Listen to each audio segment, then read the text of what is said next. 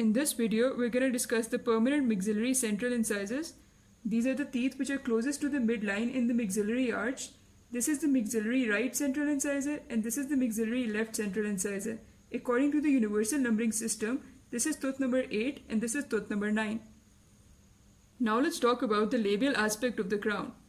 You can clearly see that it is trapezoidal in shape, with the longer parallel side being the incisal edge and the shorter parallel side being near the cervical region. You can also see that it is longer incisor-cervically than it is mesio-distally. The mesio-incisal angle is sharp while the disto-incisal angle is rounded, and this is how you distinguish between the mesial and the distal sides. The incisal outline may contain mamelons, and without these mamelons, it is generally straight.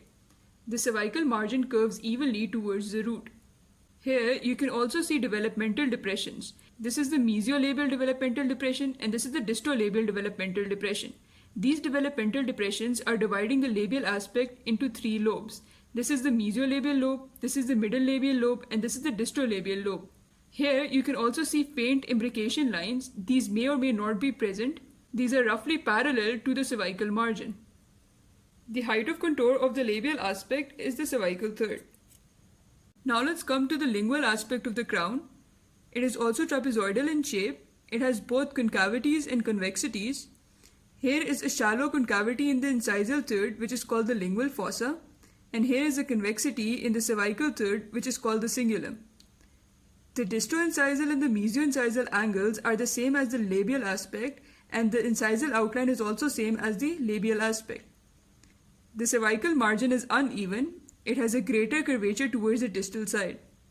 Coming to the lingual fossa, it is a shallow concavity and it covers the largest area of the lingual surface.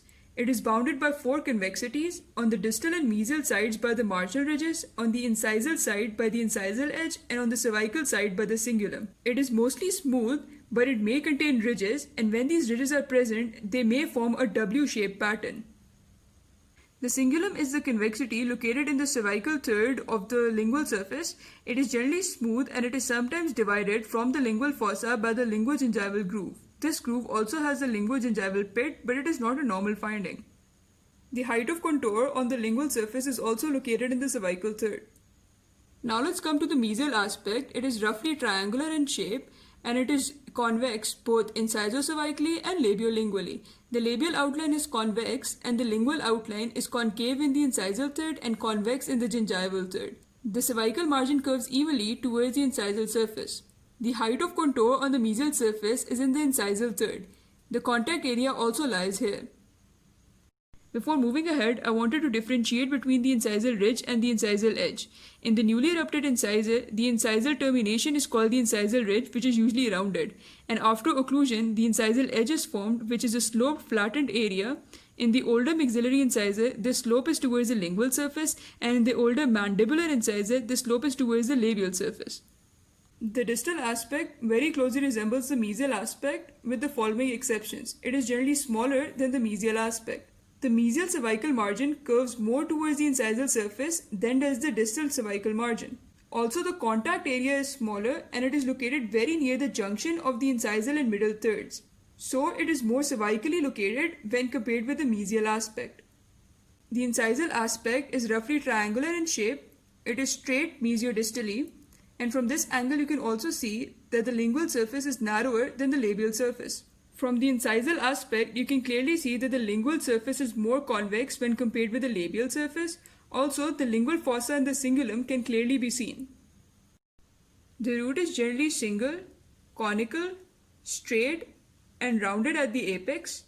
The length of the root is 1.5 times the length of the crown. The cervical cross-section presents a triangular shape, which is wider labially and narrower lingually. The mid-root cross-section presents an ovoid shape, which is wider labiolingually than it is mesio-distally. Now let's come to the variations and anomalies. The linguogingival pit may be present, which we discussed previously. The depth of the lingual fossa shows a lot of variations. The root length also shows a lot of variations. Dwarf root is that anomalous condition in which the tooth has an exceptionally short root. This endangers the lifespan of the tooth. Due to congenital syphilis, The crown, when viewed from the labial aspect, is screwdriver shaped. In this case, the incisors are called Hutchinson's incisors. The talon cusp is an accessory cusp on the lingual surface, and when the talon cusp is present, the teeth resemble a Phillips screwdriver.